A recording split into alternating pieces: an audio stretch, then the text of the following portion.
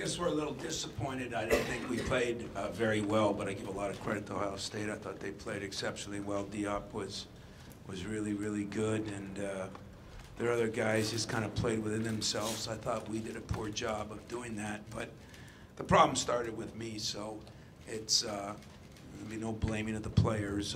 We didn't shoot it as well, but right before halftime, when I didn't agree with a couple of major calls, I'd do it again, but that was my fault. So I'll take the blame for it and deserve the blame for it. And I don't know, they went on like a 12-0 run, but I think they scored 7 points in the last minute or 8. You know, we made a very foolish play, taking a shot with 6 seconds left instead of, you know, we knew to take a shot with 2 or 3 seconds left, and then they bank in a 3, and it was that kind of day. But I was disappointed that I felt our lack of offense dictated our defense, and that shouldn't happen. That should travel. As far as Nick Ward goes, give them credit. They did a good job on him and give us blame. We did a poor job getting him the ball. When he did kick it out, we didn't kick it back in. And I was actually last year very disappointed in how Nick handled things. I was actually very pleased with how Nick handled things. He still got 10 rebounds and fought in there. We didn't get him the ball. So the blame, I'm going to take a lot of the blame. Not to take any heat off my team, I don't do that, but that stretch I thought cost us a lot, and I was disappointed, but the way it was being officiated at that point, and that call on Jackson I thought was not very good, and so I didn't handle it very well. Questions? Tom, was there any, did you see any indications? No. You know, don't go searching now. You know, we're 15-2, and we had great practices. There was no thinking we're better than we are. There was none of that. We ran up against a team that played awfully well, and place was hopping. And I told you, this team has some. I think they're very young yet, and not as young in minutes played with all those sophomores playing a lot as freshmen, but very young as handling situations. And I questioned how we'd handle the ranking and dealing with all the falderall around it. And I didn't think we handled it bad. We sure didn't handle it bad in how we practiced. We just didn't play very well tonight. We missed some good shots early, and it was a 3-4 point game. And then they let me in the game, and the game went to hell real quick. Tom, how can you get Nick more involved when teams are going to play him like they did today? Oh, you know, they doubled him after he touched it. We didn't get it to him in the first place. You know, I just thought we did a poor job. You know, we just come off of 30 assists and 32 baskets, and we had 15. We just dribbled the ball. We did not move the ball very well. We got very stagnant, very one-on-one-ish, which we haven't done all year. Give them credit for that. They did, you know, some of that was them, and give us blame for that. And so, you know, I'm not. Teams have taken Nick away a lot of different ways over the years, and they actually trapped late. I mean, you know, and he just wasn't real patient with it. They didn't double him before he got the ball. We could have got him the ball. We weren't looking to get him the ball. I thought a couple of our guys didn't look in there and see it when you needed to, and we'll correct that. You guys haven't played in this sort of environment this year. How much did that play a role in just sort of being shaken in those moments where something goes from, like you were talking about, the end of the first half, from 2 points to 12? Well, it's a good excuse. I mean, we haven't, and I said that honestly. You know, that's the difference with having a bunch of young guys. You know, I think a lot of teams have a bunch of young guys around the country, and that's why I think now we're the 17th team that lost this week of ranked teams. You know, it's kind of unheard of, and I think it's because a lot of teams have the same situation, whether it be Arizona or Duke or this team or that team or Michigan State. You know, we did you know, they had some veterans, and I give Chris a lot of credit, but I also say, you know, last year when we played here, they had a player that, you know, was talented, but maybe not as good a team player, and those 2 stars tonight weren't playing half the year. So as much as I give Chris credit, you know, I think Thad did the right thing getting rid of who he got rid of, and then could have had those 2 guys back. This got some juniors and seniors on it that are damn good, and Chris has done a good job with them. And Diop is effective player. I thought it hurt us to get Jaren Jackson in foul trouble, but we're gonna have to get better at that too. Tom, can you? First 4 minutes, your guys were all over the rim offensively, second chances and point-blank looks. It seemed like after that first time out, you didn't get that access. Was it a change by Ohio State defensively? I thought some of it was a change by us. I'm sure some of it was a change by them, but I thought we just quit moving the ball. I mean, we were moving the ball. You're right. We felt, even at halftime, we felt we had more than a few open looks. We didn't make shots. Ball was moving not as good, but it was moving decently. And then, we got down. We just kind of went to a one-on-one game, and that's not our game. So I'm sure Ohio State made some adjustments. We didn't run very good, which we're very good at. But when they're making shots, they don't run as good. And what did they shoot the first half? 46. We shot 44. Other than that splurge, that Izzo offense for Ohio State, we weren't awful the first half, and but then they came out and scored some buckets. Somebody said they hit 10 out of 11 shots in the end of the first, beginning of the second, or something like that. So credit goes to them. Some blame goes to me, and our team didn't play as good. Tom, looking at last year's game, I mean, there was that hot start that you guys got off to, kind of like tonight, and then you went to the bench and they lost the lead. I guess kind of run through that sequence maybe at that 4-minute mark, what happened there, and then you kind of also alluded to the start of the second half too. Well, I don't know, because Bob, I know you're pretty thorough on what you do, and you guys are too, but wasn't it a 2-point game most 90% of the first half? Like 11-4 out of the game. No, but I said it wasn't the. What was the score with 2 minutes left in the half? Does anybody know? It was tied. So I don't think anything happened, to be honest with you. I mean, they're a good team. We're a good team. 11-4 because they missed some shots and we made some shots. But, if you're asking me if I subbed wrong, I'll blame me for the technical.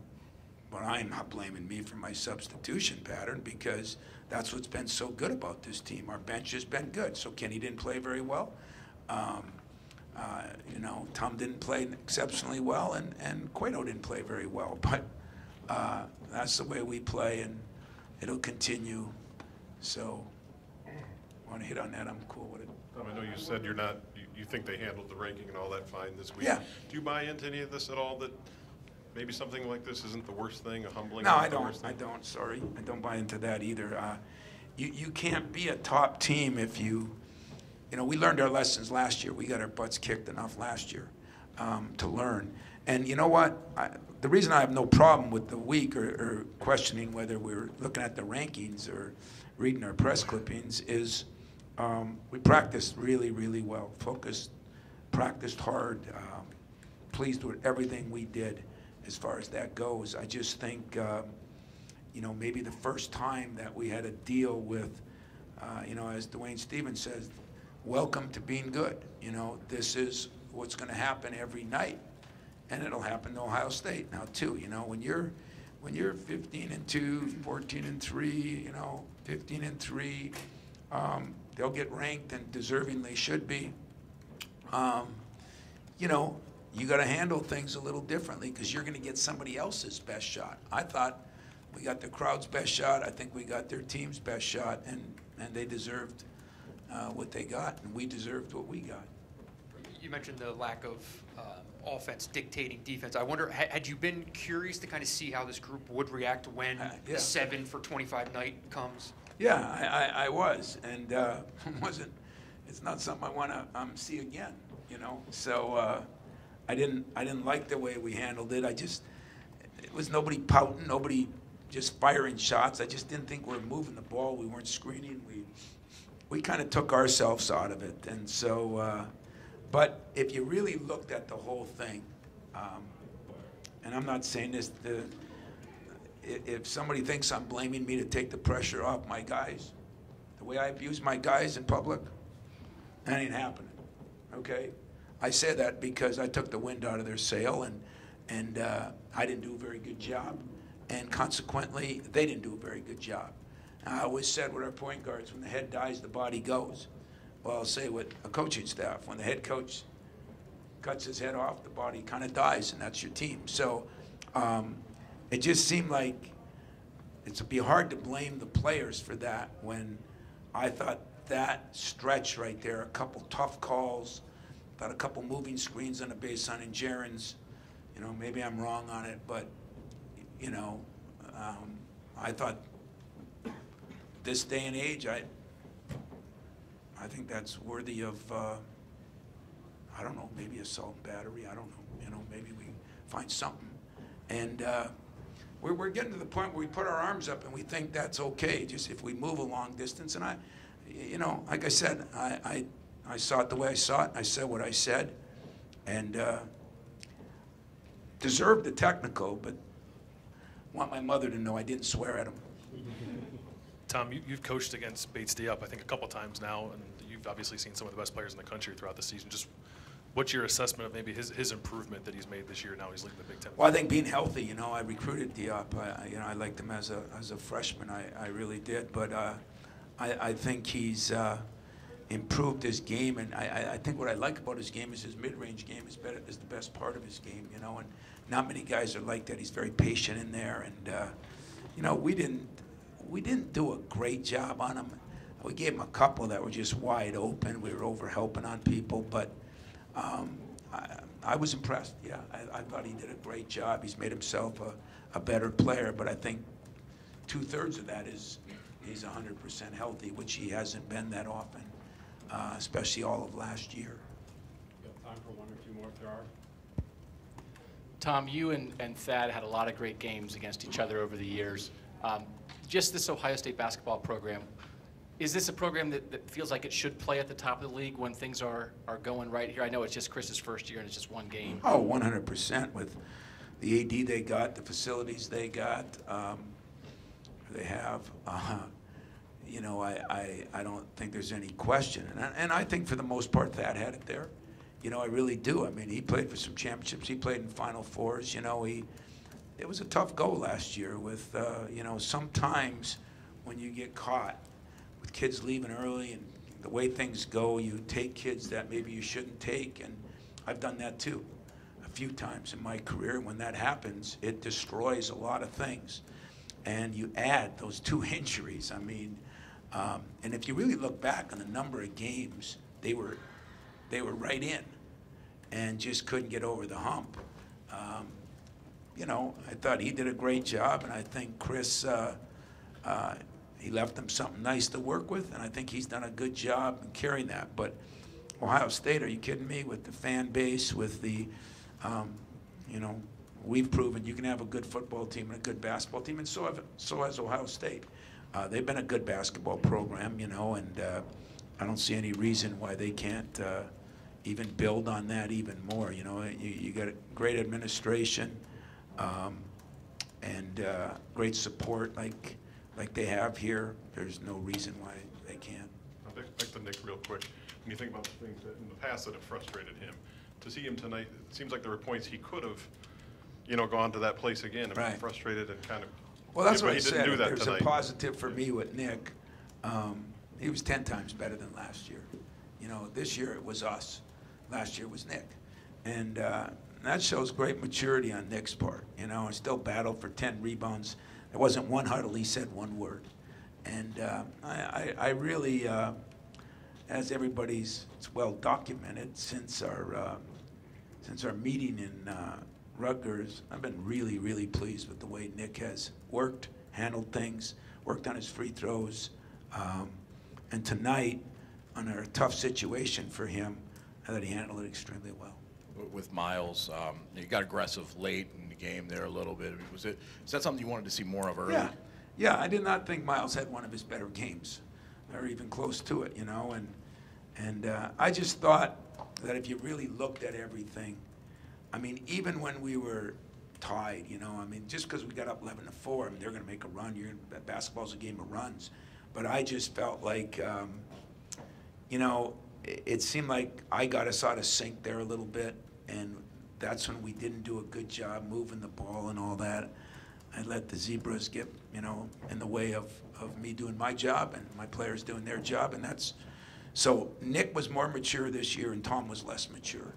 And so maybe Nick will sit down with me and like we did at Rutgers, and maybe he'll tell me a few things, and maybe I'll do a better job from here on out too. Anything else? Thanks a lot.